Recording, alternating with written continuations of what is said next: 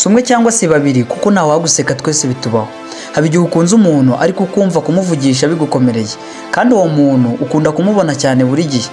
Urugero, muhurira ahantu runaka nko ku ishuri, ku kazi, mu modoka, mu rusengero cyangwa umusanga mu isoko. Aho ariho hose ushobora kuba umubona, wowe uzirikana ko aho mukunze guhurira niho uba ufite amahirwe yo kuganira nawe mu buryo budasanzwe ibintu biremereye.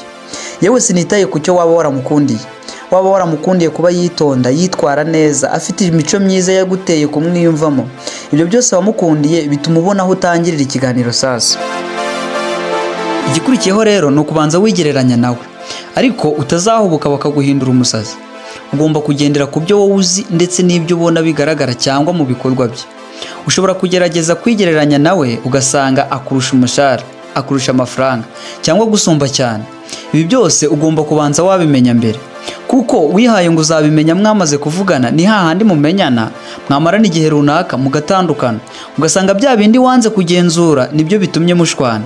Wanze kumenya amashuri afite, none utumya gusuzugura. Wanze kumenya umushahara we, none utumya kwiyemeraho ko gusumbya amafaranga. Ibi bivuze ko niyo waba ushidikanya ko atazakwemera, ariko banza umenye refa ariho, ushire ku munzane nawe iyo uriho, hanyuma utangire urukundo. Ubu tugiye kwinjira mu rukundo sasa. Niba umaze kugenzura bya bindi byose nakubwiye, ukumva bijya guhura n'ibyawe, tangira. Gusa si ngombwa ko byose aba byujuje ijana ku rindi, kuko byose birashoboka. Burya ikidashoboka ni ukunyuza ipantaro mu mutwe cyangwa ikabutura.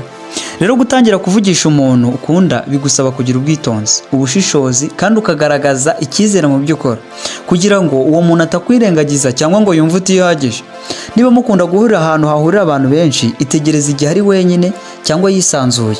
Urugero, niba mukorana cyangwa mwiga hamwe, ushobora kubikora igihe ari mu mwanya w'umutekano atuje, nko mu karuhuko cyangwa igihe ubona ari wenyine. Kandi ntukihutire kuvuga ibintu byinshi birenze. Wowe tangira n'ikintu cyoroheje kandi gifitanye isano naho muri cyangwa ibyo mukora. Gerageza kuba umunyamico nk'uko wiyitwara. Niba ari umuntu usanzwe wiyoroshya, nawe witware gutyo. Niba ari wa muntu uvuga cyane kandi akabigaragaza, nawe gerageza umwereke ko wishimiye ibyo avuga. Impamvu ni uko kwitwara nk'umuntu ufite icyizere bituma atakwikekaho gutinya cyangwa kwibaza byinshi, kandi ntukagaragaza amarangamutima yawe ako kanya. Ibyo bizatuma yumva ko ushaka kuvugana nawe bisanzwe, bitari ugushaka byinshi icyarimwe. Nk'urugero, niba murimo kuganira, gira aho ugarukira mu kiganiro, mbese umusigira amatsiko yo gutuma yifuza kuzongera kuganira nawe, kuko ibi byubaka icyizere gito, bikaba intambwe nziza yo gukomeza kuganira. Ikindi, itondera uburyo asubizamo. Niba agaragaza ko yishimye cyane, akwitayeho, nawe uzamura ibiganiro, fatiraho.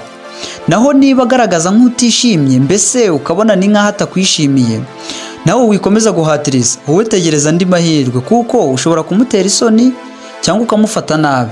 Impamvu yabyo ni uko kumenya aho ugeze bigufasha kumva niba ugomba gukomeza. Rero kugira ngo ukundane n'uwo muntu ukunda, bisaba kubaka ubucuti bwiza, kwihangana no kugerageza kumwereka neza ibikurimo mu buryo bwiza. Dore uko wabikora. Icya mbere, garagaza ko uri mwizerwa kandi wifitiye icyizere. Menya kwitwara neza. Uwo muntu agomba kukubona nk'umuntu wifitiye icyizere, wiyubaha kandi uzi icyo ashaka mu buzima. Kora ibyo uvuga, ntukavuge ibyo utazashobora gukora cyangwa ngo usezeranye ibidashoboka. Impamvu ni uko urukundo rukura neza iyo hari icyizere hagati yanyu mwembi. Icya kabiri, ba inshuti nziza mbere ya byose. Gerageza kumuba hafi, ariko witonde. Nutangire ushaka ko muba mu rukundo, ahubwo uba ku bucuti bwiza bushobora gukura. Urugero, ushobora kumufasha mu bintu bikenewe cyangwa ukamuba hafi mu gihe ari mu bihe bikomeye. Impamvu ni uko urukundo rwiza rutangira mu bucuti butarangwamo uburyarya. Icya gatatu, gerageza imico n'imbaraga zawe nziza. Ntukagerageze gusa kumwigana cyangwa gushaka kumushimisha cyane, ahubwo mwereke ibyiza byawe, nko kuba wubaha abantu, ukagira intego mu buzima bwawe, cyangwa kuba ufite umutima mwiza. Urugero, jya umubwira uti, ntekereza ko buri kintu gifite igihe cyacyo. Rimwe na rimwe ngerageza kubanza nkareba uko ibintu byagenda neza, aho kwihutira kubyikemurira. Impamvu ni uko iyo abonye ko uri umuntu uhamye kandi ufite indangagaciro, bituma kwiyumvamo kurushaho. Ari nacyo cya nyuma, wihangana kandi witwara neza. Burya urukundo rwuzuye rusaba igihe no kwihangana, no kwihutisha ibintu cyangwa ngo umufate nk'ugufitiye ideni. Ahubwo ujye ugerageza kwerekana ibyiza byawe n'urukundo rwawe mu buryo burangwa n'ubwitonzi. Inama y'ingenzi rero y'akagabo: urukundo rwubakwa n'ibikorwa, si amagambo gusa.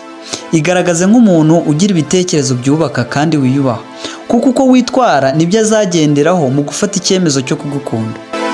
Muri ibi byose tumaze kuvuga, ushobora guhita wibaza ikibazo uti ese niba usanze uwo muntu nta mukunzi afite, uba ufite amahirwe nyine. Wubaka ubucuti buhoro buhoro bushobora kuvamo urukundo. Wowe icy'ingenzi ni uko witwara neza kandi ugatera intambwe umusanga. Ariko nanone iyo usanze afite umukunzi, itonde, komeza witware neza. Niba koko umukunda, ushobora kwihangana ugakomeza kubaka ubucuti bwawe nawe mu buryo busanzwe, ariko ukirinda kumwereka amarangamutima yawe. Urugero, ushobora kumushimira uburyo ari umuntu wihariye, ugira umutima mwiza n'ibindi byinshi ujya umubonaho, ariko ntukamwereke ko wifuza kumusimbura mu rukundo rwe. Muri byose rero, icy'ingenzi ni ukwitwara neza no kubaha ibyo uwo muntu ashaka, kandi wirinde guhatiriza ibintu. Burya urukundo rwubaka rugomba kuba rwubakiye mu kwizera, kubahana ndetse no kumva ko mwembi mubishaka. Isomo ry'ubuzima wakuramo ni uko urukundo n'imibanire myiza bisaba kwihangana, ubwenge no kubaha ibyifuzo by'abandi. Reka nsoze nkushimira wowe wumvise iki kiganiro, uri uw'ingenzi kuri twebwe. Ngaho komeza ugire urukundo, icyizere n'umutima mwiza mu byo ukora. Ibiganiro rero biracyaza, ngaho mureke dufatanyirize hamwe kubaka ahazaza heza.